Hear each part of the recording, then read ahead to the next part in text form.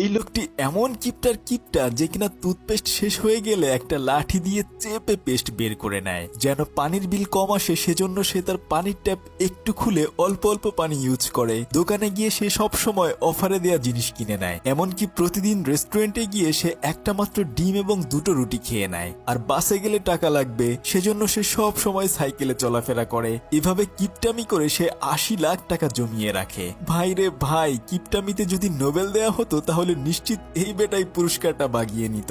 কিন্তু একদিন সে তার সব টাকা উড়াধুরা খরচ করতে থাকে। কখনো যদি এই কিপটা লোকটার একটা কয়েন মুরগিতে খেয়ে ফেলতো তাহলে আমি শিওর সে মুরগির পেট কেটে ওই কয়েনটা বের করে নিত। কিন্তু কি কারণে সে তার এত কষ্টে জমানো টাকা এভাবে পানির মতো খরচ করতে থাকে, এই গল্পটাই আজকে আপনাদেরকে শোনাবো। কথা দিচ্ছি গল্পটা শুনে হাসতে হাসতে আপনার পেট ব্যথা হয়ে যাবে। তো চলুন দেখে আসি সেই ভয়ঙ্কর এক কিপটার কাহিনী। প্রতিদিনের মতো ঘুম থেকে উঠে জিয়াও ব্রাশ করতে গেলে দেখে যে তার পেস্ট ফুরিয়ে গেছে। সে তখন রুটি বেলার বেলনা দিয়ে চেপে পেস্ট বের করে ব্রাশ করে নেয়। এরপর ওয়াশরুমে গিয়ে সে হালকা করে পানির ট্যাপ ছেড়ে দেয় যেন পানির মিটারে টাকাই না ওঠে। বুঝতেই পারছেন সে আসলে কোন লেভেলের কিপটা। তবে এসব বুদ্ধি সে তার মায়ের কাছ থেকে ছোটবেলায় শিখেছিল। তার মাই তাকে শিখিয়েছিল কিভাবে একটা টিস্যু টুকরো টুকরো করে অনেক দিন পর্যন্ত ব্যবহার করতে হয়, কয়েকটা আগরবাতি ভেঙে তা দিয়ে কিভাবে অনেক দিন তাদের পূর্বপুরুষদের প্রার্থনা করা যায়। সে আসলে প্রতিদিন ভোরবেলায় অফিসে যাওয়ার আগে হিসাব করতে থাকে এখন তার অ্যাকাউন্টে কত টাকা রয়েছে। সে সব সময় স্বপ্ন দেখত একদিন সে মিলিয়নিয়ার হয়ে অনেক বড় একটা ফ্ল্যাট কিনবে। তবে তার অ্যাকাউন্টে এখন ৮ লাখ টাকা রয়েছে। তাই সে তখন মনে মনে প্রতিজ্ঞা করে আরো বেশি বেশি কিপটামি করে টাকা সঞ্চয় করে ১০ লাখ টাকা পূরণ করতে হবে। এরপর সে তার ভাঙাচোরা সাইকেল নিয়ে অফিসের উদ্দেশ্যে বের হতে চাইলে তার পাশের রুমের মালিকের দরজায় ধাক্কা লেগে প্রায় প্রতিদিন তাদের মধ্যে ঝগড়া হয়। আসলে সে এত কিপটা যে সব সময় সে সাইকেলে করেই তার অফিসে যাওয়া আসা করে, আর সেই ভাড়ার টাকা সে বাঁচিয়ে রাখে। কিন্তু তার এই সাইকেল যেন চুরি না হয়ে যায় সেজন্য সে এটা রুমের ভেতরে উঠিয়ে রাখে। এরপর সে মনের সুখে সাইকেল চালাতে চালাতে নিজেকে বলতে থাকে যে মানুষ আমাকে যতই কিপটা বলুক না কেন তাতে আমার কোনো কিছুই আসা যায় না, কেননা মানুষ তো আর আমাকে খেতে দিবে না। এসব ভাবতে ভাবতে সে তার পকেট থেকে একটা মেয়াদ উত্তীর্ণ জুস খেতে খেতে সাইকেল চালিয়ে একটা রেস্টুরেন্টে যায়। রেস্টুরেন্টের মালিক জানে সে প্রতিদিন কি খাবার খায়। একটা ডিম আর দুটো পাউরুটি সে সব সময় অর্ডার করে, আর এমনকি সে তখন সময়ের অভাবে না খেতে পারলে সেটা পলিথিনে করে অফিসে নিয়ে যায়। তাড়াতাড়ি খাওয়ার সময় তার গলায় বেঁধে গেলেও সে একটুও পানি কিনে খায় না, বরং সে তখন বাসা থেকে আনা ওই জুস খেয়ে নেয়। দোকানদার তখন দেখে যে আসলে ওই জুসের মেয়াদই শেষ হয়ে গেছে, আর সে তার সমস্ত কেনাকাটা সবসময় কুপন কার্ড দিয়ে অফারে সুপার শপ থেকে কিনে নেয়। যেসব প্রোডাক্টের মেয়াদ আর অল্প দিন রয়েছে সেসব প্রোডাক্টগুলো সে অল্প টাকায় কিনে নেয়। তাই অফারের প্রোডাক্টগুলো যেন সে সবার আগে পায়, তাই সকাল সকাল অফিসে যাওয়ার সময় সে তার কেনাকাটা করে ফেলে। এরপর সেগুলো নিয়েই সে অফিসে যায়। আর কিছুক্ষণ পরে তার অফিসের বস তাকে ডেকে নিয়ে দুইটা প্রোডাক্ট একজনের বাসায় পৌঁছে দিতে বলে। সে তখন ওগুলো দিয়ে আসার জন্য লিফটে ওঠে। তখন ছোট্ট একটা বাচ্চা ছেলে খেলনা বন্দুক দিয়ে গুলি করলে জিয়াও লিফটের ভেতর মরার ভান করে থাকে। কিন্তু অনেকক্ষণ পরেও সে যখন না ওঠে তখন ওই বাচ্চা ছেলের মা ইমার্জেন্সি নাম্বারে কল করলে অসুস্থ জিয়াওকে একটা হসপিটালে নিয়ে আসা হয়। অনেক পরীক্ষা নিরীক্ষা করে রিপোর্ট আসে যে তার আসলে ব্রেন টিউমার হয়েছে। ডাক্তার তখন তাকে বলে যে প্রতিদিন আপনার টিউমার ২ সেন্টিমিটার করে বাড়ছে। সে তখন ডাক্তারকে বলে যে হয়তো আপনাদের রিপোর্ট ভুল হয়েছে। ডাক্তার তখন তাকে বলে যে আপনি চাইলে অন্য একটা হসপিটালে টেস্ট করে নিতে পারেন। সে তখন অন্য একটা হসপিটালে টেস্ট করার জন্য যায়। তখন ওখানকার ডাক্তার বলে যে আপনাকে ১৫০০ টাকা দিতে হবে। কিন্তু সে আগের হসপিটালে ১৩৫০ টাকায় করেছিল। সে ১৫০ টাকা বাঁচানোর জন্য ওখানে টেস্ট না করে বরং সেই পূর্বের হসপিটালে এসে আবার টেস্ট করে নেয়। কিন্তু ডাক্তার সাহেব দেখে যে এবারও তার রেজাল্ট একই এসেছে। সে পাশাপাশি দুইটা এক্সরে দেখে বলতে থাকে যে আপনি যতবারই এই পরীক্ষা করুন না কেন আপনার রেজাল্ট একই আসবে, আর আপনার ব্রেনের টিউমার একা একা কখনোই সেরে যাবে না। এবার জিয়াও ভয় পেতে থাকে। ডাক্তার তাকে বলে যে যেভাবে প্রতিদিন আপনার টিউমারটা একটু একটু করে বড় হচ্ছে এভাবে চলতে থাকলে হয়তো আপনি আর মাত্র ১০ দিন বেঁচে থাকতে পারবেন। বেচারা এই কথা শুনে ওখান থেকে তার মায়ের কবরের পাশে বসে কান্না করতে থাকে। সে মন খারাপ করে বাসায় ফিরে এসে তার সাইকেলটা এবার দূরে সরিয়ে রাখে এবং তার প্রতিবেশীর কাছে ক্ষমা চায়। এরপর দিন সকালবেলা সে যথারীতি সেই হোটেলে খাবার খেতে গেলে এবার দোকানদার তাকে ফ্রিতে ১ কাপ দুধ খেতে দেয়। দোকানদার তখন তাকে বলে যে হয়তো আমি অল্প কিছুদিনের মধ্যেই এই দোকানটি বিক্রি করে অন্য জায়গায় চলে যাব। তখন জিয়াও তাকে বলে যে আচ্ছা চাচা, যদি আপনার কাছে মাত্র ১০ দিন সময় থাকতো তাহলে আপনি কি করতেন? তখন ওই দোকানদার বলে যে আমি আমার সমস্ত সম্পত্তি বিক্রি করে টাকা নিয়ে আমার ছোটবেলার বন্ধুদেরকে নিয়ে অনেক মজা মাস্তি করে উড়িয়ে দিতাম। এরপর সে কি যেন মনে করে একটা কোদাল নিয়ে সাইকেল চালিয়ে বনের ভিতরে যেতে থাকে। তারপর সে একটা জায়গায় এসে পৌঁছায়। আসলে সে যখন স্কুলে পড়তো তখন তার বাকি 3 বন্ধুকে সে সবসময় বলতো যে আমি তোদের চেয়ে বয়সে একটু বড়, তাই আমি তোদের বিগ ব্রাদার। আর তাছাড়া বড় হয়ে যখন আমি অনেক অনেক টাকা ইনকাম করব, সেই টাকা দিয়ে তোদেরকে আমি অনেক কিছু কিনে দেব। তখন তার বাকি বন্ধুরা বলে যে তুমি যে কিপটা, তোমার মুখের কথায় আমরা কেউ গলে যাচ্ছি না, বরং আমাদের 4 জনের মনের কথাগুলো একটা টিফিন বক্সে লিখে সেটা এখানে পুঁতে রাখতে হবে। এরপর ভবিষ্যতে দেখব তুমি আমাদের মনের আশা পূরণ করো কিনা। তারা সবাই তখন প্রতিজ্ঞা করে টিফিন বক্সটি মাটির ভেতরে পুঁতে রাখে। আর আজকে এত বছর পরে এসে জিয়াও মাটি খুঁড়ে সেই টিফিন বক্সটা বের করে চিরকুটগুলো পড়তে থাকে। আসলে তার এক বন্ধু চেয়েছিল বড় হয়ে সে কার রেসার হবে, আরেকজন মার্শাল আর্ট মাস্টার হবে, আরেকজন চেয়েছিল তার ভাইদেরকে খেয়াল রাখতে। তারা 4 বন্ধু এভাবে শপথ করেছিল যে একদিন না একদিন তারা তাদের মনের আশা পূরণ করবে। জিয়াও তখন মনে মনে বলে যে এবারই সেই সময় এসেছে, আমি এবার আমার বন্ধুদের সমস্ত মনের আশা পূরণ করে দেব। এরপর সে বিদ্যুৎ গতিতে সাইকেল চালিয়ে সোজা অফিসে গিয়ে তার বসের মুখের সামনে চাকরি ছেড়ে দিয়ে চলে আসে। তারপর সে তার বাড়িটা মাত্র 2 লাখ টাকায় বিক্রি করে দেয়। এখন তার কাছে 1 মিলিয়ন টাকা রয়েছে। সে মনে মনে ঠিক করে নেয় যেহেতু সে আর মাত্র 10 দিন বেঁচে থাকবে, তাই এই টাকা দিয়ে সে তার বন্ধুদের সমস্ত স্বপ্ন পূরণ করবে এবং তাদের সাথে মজা মাস্তি করে এই 10টা দিন কাটিয়ে দেবে। পরদিন সকালবেলা জিয়াও চলে যায় তার এক বন্ধুর সাথে দেখা করতে। আসলে তার এই বন্ধু এখন কোনো কাজ করে না, বরং তার বউয়ের টাকায় সে চলে। সে এতদিন পরে জিয়াওকে দেখে তো অবাক হয়ে যায়। জিয়াও তখন বলে যে ছোটবেলায় আমাদেরকে বলতি মেয়ে মানুষের পিছনে ঘোরার কি আছে, বড় হলে মেয়ে মানুষই আমাদের পিছনে পিছনে ঘুরবে, কিন্তু এখন তো দেখি তুই তোর বউয়ের পিছনে পিছনে থাকিস। এসব বলে সে তার থেকে মজা নিতে থাকে। কিন্তু তার বন্ধু তাকে বলে যে নিশ্চয়ই টাকা ধার করার জন্য আমার কাছে এসেছিস, তাই না? জিয়াও তখন বলে যে আরে না রে ভাই, ইম্পর্টেন্ট একটা বিষয়ে কথা বলার জন্য তোর কাছে এসেছি। এরপর তারা 2 বন্ধু মিলে তাদের আরেকজন বন্ধুর সাথে দেখা করতে আসে, যার আসলে স্বপ্ন ছিল বড় হয়ে একজন মার্শাল আর্ট হবে, কিন্তু ভাগ্যের নির্মম পরিহাসে সে এখন বক্সিং খেলার ওখানে একজন গার্ড হিসেবে কাজ করে। আর তখন তার ছোটবেলার কথা মনে পড়ে যায় যে তার বন্ধু ডালি একটা শাওলিন টেম্পল দিতে চেয়েছিল, কিন্তু বড় হওয়ার সাথে সাথে তার সেই স্বপ্ন আর কখনোই পূরণ হয়নি। এরপর তারা 3 জন চলে যায় তার বাকি বন্ধুর সাথে দেখা করার জন্য, যে আসলে ছোটবেলায় একজন কার রেসার হতে চেয়েছিল। ভাগ্যের নির্মম পরিহাসে সে এখন একটা পার্কে বাচ্চাদের গাড়ি চালায়। এরপর সে তার বাকি 3 বন্ধুদেরকে নিয়ে একটা রেস্টুরেন্টে গিয়ে ভালো ভালো খাবার অর্ডার করে এবং তার যে ব্রেন টিউমার হয়েছে এই কথা সবার সাথে সে শেয়ার করে।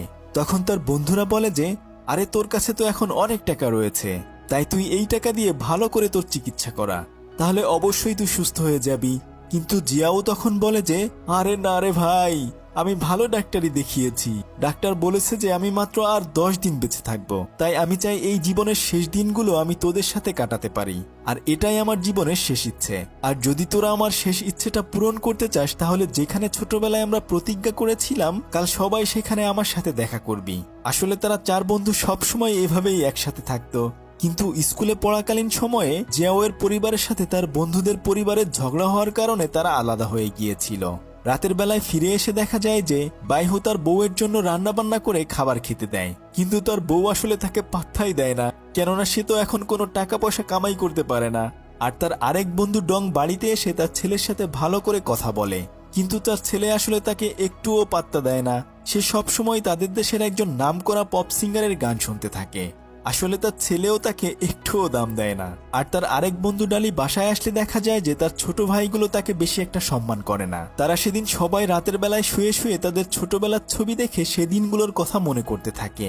পরদিন সকাল হওয়ার সাথে সাথে বাকি 3 বন্ধু জিয়াওর সাথে দেখা করতে চলে যায়, যেখানে তারা সারা জীবন একসাথে থাকার প্রতিজ্ঞা করেছিল। এত বছর পরে 4 বন্ধু একসাথে হতে পেরে তারা অনেক বেশি খুশি ছিল। জিয়াও ফিরে এসে তার ব্যাংকে জমানো 1 মিলিয়ন টাকা উঠিয়ে ফেলে। এরপর তারা দেশের সবচেয়ে নামকরা একটা হোটেলে রুম বুক করার জন্য চলে যায়, কিন্তু হোটেলের ভাড়া শুনে জিয়াউর তো কলিজা শুকিয়ে যায়। আর তখনই তার মনে পড়ে যায় যে আসলেই সে এই টাকা দিয়েই বা কি করবে। এরপর তারা হোটেলের ভিতরে গিয়ে সমস্ত টাকাগুলো টেবিলের সামনে রেখে চিন্তা করতে থাকে যে তারা এই টাকা দিয়ে কি কি করবে। পরদিন সকাল হওয়ার সাথে সাথে তারা সেই দামি একটা গাড়ি ভাড়া করে সারা শহর জুড়ে ঘুরে বেড়ায়। সে পানির মতো টাকা খরচ করতে থাকে, কিন্তু মাঝে মাঝে সে বুকে হাত দিয়ে ব্যথা অনুভব করে, কিন্তু একটু পরেই তার মনে পড়ে যায় যে সে এই টাকা দিয়েই বা কি করবে। আর তার বন্ধুরাও তখন টাকা উড়ানোর জন্য যত উপায় আছে সবগুলো কাজে লাগাতে থাকে। বিকেল বেলায় তারা সময় কাটানোর জন্য মাছ ধরতে যায়। আর তখন জিয়াও তাদেরকে বলে যে ধুর, মাছ ধরে কি হবে, চল আমি তোদেরকে দেশি মাছ না বরং সামুদ্রিক মাছ খাওয়াবো। এরপর তারা বারে গিয়ে ইচ্ছা মতো খেতে থাকে। আর সেই সাথে টিপস হিসেবে ওখানকার সমস্ত কর্মচারীদেরকে ফ্রিতে খাবার খাওয়ায়। একদিনের মধ্যেই সে প্রায় 2.5 লাখ টাকা খরচ করে ফেলে। এভাবে সারা দিন রাত তারা টাকা উড়াতে থাকে। তবে সেদিন সন্ধ্যাবেলায় তাদের হোটেলের নিচে জিয়াও অজ্ঞান হয়ে পড়ে থাকলে বাকি বন্ধুরা মনে করে সে হয়তো মারা গিয়েছে। কিন্তু দেখা যায় যে সে আসলে বারে গিয়ে এত বেশি দুষ্টু পানি খেয়েছে যে এখন সে টাল্লি হয়ে ঘুমিয়ে আছে। আর বাকি বন্ধুরা তখন তাকে উঁচু করে নিয়ে শুইয়ে দেয়। এরপর তারা সবাই খাতা কলম নিয়ে বসে পড়ে যে কিভাবে পরদিন তারা টাকা খরচ করবে। পরদিন সকালবেলা তারা সবাই চলে যায় যখন তার বন্ধু মারা যাবে তখন তাকে যেখানে দাফন করা হবে সেখানে জায়গা কেনার জন্য। আর এখানে এসেই তার স্কুলের ক্রাশ ওয়াং এর সাথে তার দেখা হয়ে যায়। সে কত তার পিছনে পিছনে ঘুরেছে, কিন্তু মেয়েটি আসলে তাকে একটুও পাত্তা দেয়নি। এতদিন পরে তাকে দেখে সে একটু আবেগ আপ্লুত হয়ে যায়। সে তখন ওয়াং এর কাছে জানতে চায় যে সে বিয়ে করেছে কিনা। তখন ওয়াং তাকে বলে যে সে স্কুলের জাংমিনজুকে বিয়ে করেছে। আর তখনই জিয়াওর মনে পড়ে যায় যে ওয়াং এর জন্য সে একদিন স্কুলে জাংমিনজুকে বেদম কেলানি দিয়েছিল, সেই বলদ ছেলেটা যে কিনা তার ক্রাশকে বিয়ে করেছে। এটা মনে করে সে হাসতে থাকে। সে তখন বলে যে ছোটবেলায় আমি তো ওর একটা দাঁত ভেঙে দিয়েছিলাম, এবার দেখা হলে হয়তো আরো একটা দাঁত ভেঙে দিব। তাই সে তার হাজবেন্ডের সাথে দেখা করতে চায়। ওয়াং তখন তাদেরকে একটা কবরের কাছে নিয়ে আসে। আসলে বেশ কয়েক বছর আগেই তার হাজবেন্ড মারা গিয়েছে। জিয়াও মনে মনে তখন একটু খুশি হয়, যাক এবার সে তার ক্রাশের সাথে লাইন মারতে পারবে। কিন্তু একটু পরেই তার মনে পড়ে যায় যে সে তো আর অল্প কয়েকদিনই বেঁচে থাকবে। এরপর সে ওখানে সব থেকে দামি জায়গাটা 2 লাখ টাকা দিয়ে কিনে নেয়, যেখানে মরার পরে তাকে দাফন করা হবে। তারপর সে ওয়াংকে ইমপ্রেস করার জন্য সে যেই দোকানে চাকরি করে ওই দোকানে সমস্ত কিছু সে কিনে নেয়। তবুও এখনো তার কাছে অনেক টাকা রয়ে গেছে, তাই সে কিছু টাকা দিয়ে রূপচর্চা শুরু করে দেয়। যেহেতু সে মরেই যাবে, সে তখন ভাবে যে এভাবে এমন কুৎসিত চেহারা নিয়ে মরার চেয়ে বরং একটু সুন্দর হয়ে মরলেই বা দোষ কি। তখন ওয়াং জানতে চায় যে সে কেন এমন পাগলামি করছে। তখন জিয়াও তাকে তার ব্রেন টিউমারের কথা খুলে বলে। এই কথা শুনে ওয়াং তাকে আগামীকাল সময় দিতে চায়। এখন তার কাছে 4,32,000 টাকা রয়েছে। রাতের বেলা সে যখন শুয়েছিল তখন ওয়াং তাকে একটা মেসেজ করে। বেচারা মেসেজ পড়ে খুশিতে খাট থেকে পড়ে যায়। আর অন্যদিকে তার বন্ধুরাও তার টাকা ওড়ানোর জন্য বডি মেসেজ করার জন্য চলে যায়। পরদিন সকালবেলা সবার আগে সে স্যুট বুট পরে রেডি হয়ে থাকে এবং অপেক্ষা করতে থাকে কখন ওয়াং আসবে। কিছুক্ষণ পরে তার হোটেলে ওয়াং আসলে তার বাকি বন্ধুরা একটু অবাক হয়, কিন্তু যেহেতু অল্প কয়েকদিন পরেই তার বন্ধু মারা যাবে তাই তার বাকি বন্ধুরা তখন তাদের দুজনকে আলাদা সময় কাটানোর ব্যবস্থা করে দেয়। সে হোটেলের নিচে এসে অনেক দামি একটা গাড়ি ভাড়া করে তারা দুজন মিলে ঘুরতে বের হয়ে যায়। কিন্তু তার বন্ধুরা তখন মনে করে হয়তো ওয়াং ভুজুং ভাজুং বুঝিয়ে জিয়াওয়ের টাকা নষ্ট করে ফেলবে, তাই তারাও একটা ট্যাক্সি ভাড়া করে তাদেরকে ফলো করতে থাকে। ওয়াং জিয়াওকে নিয়ে সোজা একটা শপিং মলে চলে যায় এবং তাকে বলতে থাকে যে তোমার তো আরো স্টাইলিশ জামা কাপড় পরা উচিত। তখন জিয়াও ওয়াংকেও অনেক অনেক জামা কিনে দেয়। সে জামাগুলো একটা একটা করে বারবার ট্রায়াল দিতে থাকে। এভাবে তারা সারাদিন অনেক শপিং করে বের হয়। ওখান থেকে তারা সোজা তাদের স্কুলের উদ্দেশ্যে রওনা হয়, কেননা সেখানে তাদের জীবনের ছোট ছোট অনেক স্মৃতি জড়িয়ে রয়েছে। আর তাছাড়া জিয়াও ওয়াংকে প্রথমে এই স্কুলেই দেখেছিল, তাই তারা সেখানে যাওয়ার জন্য রওনা হয়। আর তার বন্ধুরাও তাদের পিছনে পিছনে যেতে থাকে। স্কুলের গেটের কাছে দাঁড়িয়ে তারা দুজন তাদের ছোটবেলার কথা মনে করতে থাকে। আর তখন ওখানে একজন টাকলা গুন্ডা এসে ওয়াং এর কাছে টাকা চায়। আসলে ওয়াং এর হাজবেন্ড মারা যাওয়ার আগে এই লোকটার কাছ থেকে টাকা ধার নিয়েছিল, কিন্তু সে টাকা ফেরত না দিয়েই মারা গিয়েছে। তাই সেই টাকার জন্য ওই লোকটি তাকে উল্টাপাল্টা কথা বলতে থাকে। জিয়াও তখন ওয়াং এর সামনে নিজেকে হিরো প্রমাণ করার জন্য লোকটাকে বাধা দিতে চায়। ততক্ষণে তার বন্ধুরাও ওখানে চলে আসে, কিন্তু তারা দূর থেকে লুকিয়ে লুকিয়ে এই সব ঘটনা দেখছিল। জিয়াও ওই লোকটাকে ভালোই ভালোই ওখান থেকে চলে যাওয়ার জন্য বলে, নাহলে সে কিন্তু তাকে উচিত শিক্ষা দিয়ে দিবে। লোকটি তখন হাসতে হাসতে বলে যে তুমি আমাকে উচিত শিক্ষা দিবে? আমার সাথে কত লোক আছে সেটা কি তুমি দেখেছো? জিয়াও বলে যে তাহলে তো তোমাকে অন্যভাবে সাইজ করতে হবে। লোকটি তখন জিজ্ঞেস করে কিভাবে সাইজ করবে। এই কথা বলার সাথে সাথে তারা দুজন ওখান থেকে 1 2 3 বলে জোরে দৌড় মেরে পালিয়ে যায়। গুন্ডাগুলো তখন তাদের পেছনে পেছনে দৌড়াতে থাকে, আর তার বাকি বন্ধুরাও সেটা দেখার জন্য তাদের পেছনে পেছনে দৌড়াতে শুরু করে। কিছুক্ষণ পরে ওয়াং আলাদা রাস্তায় চলে যায় এবং জিয়াওর সাথে তার 3 বন্ধুর দেখা হয়ে যায়। কিছু পথ যাওয়ার পরে ওয়াং আর দৌড়াতে না পেরে সে তখন একটা গাছের উপরে উঠে পড়ে। তখন গুন্ডাগুলো গাছের নিচে দাঁড়িয়ে বলতে থাকে যে, দেখি কতক্ষণ তুমি উপরে থাকতে পারো, আমরা টাকা না নিয়ে নিচ থেকে কোথাও যাচ্ছি না। জিয়াও দূর থেকে এই দৃশ্য দেখে ওয়াংকে বাঁচানোর জন্য দূর থেকে দৌড়ে অনেক জোরে একটা কিক মারতে যায়, কিন্তু সে নিজেই তখন একা একাই রাস্তার উপরে পড়ে যায়। তখন গুন্ডাগুলো তাকে ধরে বেদম পিটানি দিতে থাকে। কিন্তু বন্ধুর এই বিপদে তো বাকি বন্ধুরা বসে থাকবে না। মার্শাল আর্ট জানা ডালি তখন উড়ে গিয়ে একটা কিক মেরে তার বন্ধুকে বাঁচিয়ে নিয়ে আসে। এরপর তারা 4 বন্ধু তাদের সাথে মারামারি শুরু করে দেয়। শুরুতে তারা মার খেলেও পরে বরং তারা সেই গুন্ডাগুলোকে সাইজ করতে থাকে। ওয়াং গাছের উপর থেকে এই অবস্থা দেখে ইমার্জেন্সি 999 নাম্বারে পুলিশকে কল করে দেয়। ওখান থেকে বেঁচে তারা 5 জন রাতের বেলায় বসে আড্ডা দিতে থাকে। তবে কিছুক্ষণ পরে জিয়াও ফোন হাতে নিয়ে দেখে যে হসপিটাল থেকে তাকে অনেকবার কল করা হয়েছে, কিন্তু সে তখন ভয়ে আর কল রিসিভ করে না। অনেক রাত পর্যন্ত তারা সবাই মিলে আড্ডা দিতে থাকে। আর এরপর ওয়াংকে তারা বাসায় পৌঁছে দিয়ে হোটেলে ফিরে আসে। তারা ছোটবেলায় যেখানে শপথ নিয়েছিল সকালবেলা তারা সেখানে যায় এবং তাদের লিখে রাখা চিরকুটগুলো সবার হাতে ধরিয়ে দেয়। জিয়াও তাদেরকে বলতে থাকে যে, ছোটবেলায় আমরা আমাদের ইচ্ছের কথাগুলো এখানে লিখে রেখেছিলাম। আমার কাছে এখন বাকি যে টাকাগুলো রয়েছে সেই টাকা দিয়ে তোরা 3 জন তোদের সেই স্বপ্ন পূরণ করে নিস। আসলে আজকেই তার জীবনের শেষ দিন ছিল, হয়তো 12টা বাজার সাথে সাথে সে মারা যাবে, তাই সেখানে তারা অনেক রাত পর্যন্ত অপেক্ষা করে। এরপর সে যখন একটু অসুস্থ ফিল করে তারা সবাই তার বাড়িতে তাকে নিয়ে আসে, কেননা সে তার শেষ নিঃশ্বাস তার বাড়িতেই ত্যাগ করতে চায়। 12টা বাজার আগেই হঠাৎ করে সে অজ্ঞান হয়ে পড়ে যায়। তখন তার সমস্ত বন্ধুরা মনে করে যে এবার হয়তো সে মারা গিয়েছে, তাই একজন তার নাকের কাছে হাত নিয়ে দেখে যে সে নিঃশ্বাস নিচ্ছে কিনা। তারা কোনো সাড়া শব্দ না পেয়ে সবাই মিলে তাকে হসপিটালে নিয়ে আসে। আর এর পরদিন সে ঘুম থেকে উঠে বলে যে, আমি এখানে কেন, আমার তো কালকে মরে যাওয়ার কথা ছিল। তখন ডাক্তার তাকে বলে যে, আসলে অনেক বড় একটা ভুল হয়ে গেছে। কয়েকদিন ধরে আমাদের এমআরআই মেশিনে সবারই ব্রেন টিউমার দেখা যাচ্ছিল। সেদিন আপনাকে যে চেক আপ করেছিলাম সেটা ভুল হয়েছে, আসলে আপনার কখনোই ব্রেন টিউমার হয়নি। তখন ডাক্তার তাকে বলে যে, আপনি মেয়াদ উত্তীর্ণ আজেবাজে খাবার খাওয়ার কারণে আপনার ব্লাড সুগার বেড়ে গিয়েছিল, তাই সেদিন আপনি লিফটের মধ্যে অজ্ঞান হয়ে পড়ে গিয়েছিলেন। এই কথা জানার পরে বেচারা তো কাঁদতে শুরু করে, কেননা সারা জীবন একটু একটু করে কিপটামি করে সে যে টাকা গুছিয়েছিল এই কয়েকদিনেই তো সে সমস্ত টাকা খরচ করে একদম ফকির হয়ে গেছে। সে তখন ডাক্তারকে উল্টা মারতে চায় এবং গড়াগড়ি দিয়ে কান্নাকাটি করতে থাকে। এরপর সে দ্রুত করে হোটেলের উদ্দেশ্যে রওনা দেয়, কেননা সে বাকি 4 লাখ টাকা যেগুলো তার বন্ধুদেরকে ভাগ করে দিতে বলেছিল সেগুলো সে হোটেলে রেখে এসেছে। তবে একটা ব্রিজের উপরে আসার পরে তার বন্ধুরা তাকে বলে যে সেই টাকা হোটেলে নাই, সেই টাকা হোটেলে নাই, এটা আমাদের কাছেই রয়েছে। এই বলে টাকার ব্যাগটা তারা বের করে। জিয়াও তখন তাদের কাছ থেকে টাকার ব্যাগটা ফেরত চায়, কিন্তু তারা 3 জন মজা করে একজন আরেকজনের দিকে সেই ব্যাগটা ছুঁড়তে থাকে। তখন তাদের মধ্য থেকে একজন টাকার ব্যাগটা ক্যাচ ধরতে না পারলে সেটা সোজা নদীর ভিতরে গিয়ে পড়ে। টাকার ব্যাগ পড়ে গিয়েছে এটা দেখার সাথে সাথেই জীবনের মায়া না করে জিয়াও টাকা উদ্ধারের জন্য সেই নদীর ভেতরেই লাফ দেয়, কিন্তু অনেক খোঁজাখুঁজির পরেও সে টাকার ব্যাগটা পাচ্ছিল না। তখন সে প্রায়ই ডুবে যাচ্ছিল। সেই মুহূর্তে তার বাকি বন্ধুরা পানির ভেতরে গিয়ে সাঁতরে তাকে উদ্ধার করে ডাঙায় তুলে আনে। তবে ওই মুহূর্তে সে টাকা হারিয়ে প্রায় পাগল প্রায় হয়ে গেছে। তখন তার বন্ধুরা তাকে সান্ত্বনা দিয়ে বলতে থাকে যে, আরে টাকা গেছে তো কি হয়েছে, কিন্তু তুই তো এখনো বেঁচে আছিস তাই না। তবে জিয়াও তখন তাদেরকে বলতে থাকে যে, তোরা কি আমাকে সেই টাকা ফেরত দিতে পারবি। সে তখন তার বন্ধুদেরকে অনেক কথা শোনাতে থাকে। বন্ধুর মুখ থেকে এমন কথা শুনে তারা দুজনেই অনেক বেশি কষ্ট পায়, কিন্তু অন্যদিকে তাদের আরেকজন বন্ধু সেই টাকার ব্যাগটা উদ্ধার করতে পারলেও জিয়াও এর এমন আচরণ দেখে সেই টাকা সে ফেরত না দিয়েই ওখানে রেখে দেয় এবং সে সোজা তাকে একটা চড় মেরে ওখান থেকে চলে যায়। এই 10 দিন জিয়াও অনেক খুশিতে সময় কাটিয়েছিল। এখন সে আবারও একা হয়ে যায়, কিন্তু তার কাছে তো কোনো টাকা পয়সা নেই, তাই সে ওয়াং এর বাসায় যায়।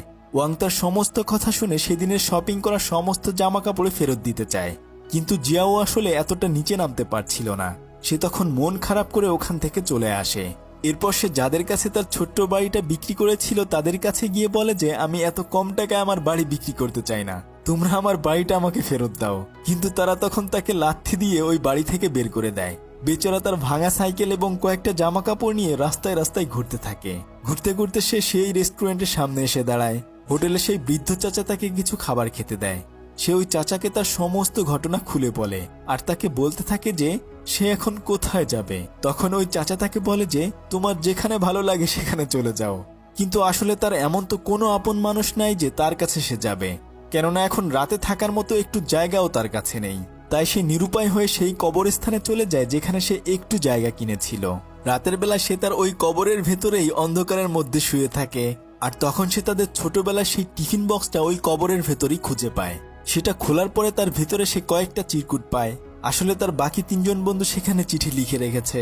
ওখানে লেখা ছিল যে, বিগ ব্রাদার, আমরা তোমাকে অনেক অনেক ভালোবাসি। হয়তো তুমি মরে গেলে আমাদের থেকে আলাদা হয়ে যাবে, কিন্তু আমাদের 4জনের প্রাণ সব সময় একসাথে থাকবে। তারা সবাই তাকে নিয়ে অনেক ভালো ভালো কথা সেই চিরকুটের মধ্যে লিখে রেখেছে।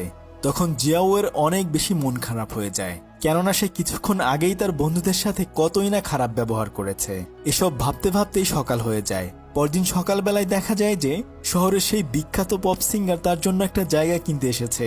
আসলে সে যে জায়গাটা পছন্দ করেছিল সেটা অনেক আগেই জিয়াও কিনে নিয়েছিল। সে তখন তার কবরের ভেতর থেকে বের হয়ে সেই জায়গাটা তার কাছে বিক্রি করতে চায়। তবে সে মনে মনে কাল রাতেই ঠিক করে নিয়েছে যে সে তার বন্ধুদের সাথে যে খারাপ ব্যবহার করেছে সেজন্য তাদের কাছে ক্ষমা চাইবে এবং তাদের সবার স্বপ্ন পূরণ করবে। তার বন্ধু ডালি যে বক্সিং কোম্পানিতে চাকরি করত, যেও সেখানে গিয়ে তার ম্যানেজারকে অনেক বেশি রিকোয়েস্ট করতে থাকে ডালিকে একটা ম্যাচ খেলতে দেওয়ার জন্য। কিন্তু তার ম্যানেজার তার কোনো কথাই রাজি হয় না। সে তার পায়ে ধরেও তাকে রাজি করাতে পারে না। তবে কিছুক্ষণ পরে তার একটা কল আসলে সে যখন ওখান থেকে বাইরে চলে যায় তখন সে টেবিলের উপরে অনেক অনেক হিসাবের খাতা দেখতে পায়।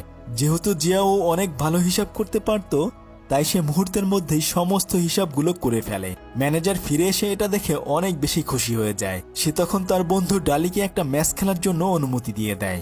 এরপর জিয়াও লুকিয়ে লুকিয়ে তার বন্ধু ডালির বাসায় সেই বক্সিং ম্যাচ খেলার ইনভাইটেশন লেটার এবং বক্সিং এর জিনিসপত্র পাঠিয়ে দেয়। তারপর সে সেই পপ সিঙ্গারকে রাজি করিয়ে তার আরেক বন্ধু ছেলের সাথে দেখা করার ব্যবস্থা করে দেয় এবং তার আরেক বন্ধুর ওয়াইফের সাথে যে ঝামেলা ছিল সেগুলোও সে ঠিক করে দেয়। পরদিন বক্সিং শুরু হলে শুরুতে ডালি অনেক মার খেলেও শেষমেশ সে জিতে যায়। আর অন্যদিকে তার আরেক বন্ধু সেই পপ সিঙ্গারের সাথে গান গাইলে তার ছেলেও অনেক বেশি খুশি হয়। এভাবে সবার আড়ালে থেকে সে তার সমস্ত বন্ধুদেরকে সাহায্য করতে থাকে এবং রাতের বেলায় সে সেই রেস্টুরেন্টে ঘুমাতে যায়। কিছুক্ষণ পরে তার সমস্ত বন্ধুরা এসে তাকে চমকে দেয়। তখন তারা সবাই তাকে বলে যে আজকে থেকে এই রেস্টুরেন্টের মালিক তুই, কেননা সেদিন সেই টাকাগুলো নদী থেকে উদ্ধার করে তারা তাদের কাছে রেখে দিয়েছিল। আর সেই টাকা দিয়েই তাদের বন্ধুকে একটা রেস্টুরেন্ট কিনে দেয়। তবে এবার জিয়াও বুঝতে পারে যে জীবনে আসলে টাকা ইনকাম করাই সবকিছু না, কাছের মানুষগুলোর সাথে হাসি খুশিতে বেঁচে থাকাই জীবনের আসল উদ্দেশ্য। তবে আপনারও এমন কোনো কিপটা বন্ধু থাকলে অবশ্যই এই ভিডিওটি তাকে ইনবক্স করতে ভুলবেন না। কিন্তু এতক্ষণ আপনাদের সাথে ছিলাম আমি সাদি। ফিরছি কয়েকদিনের মধ্যেই নতুন কোনো ভিডিও নিয়ে। ততক্ষণে সবাই ভালো থাকুন। আল্লাহ হাফেজ।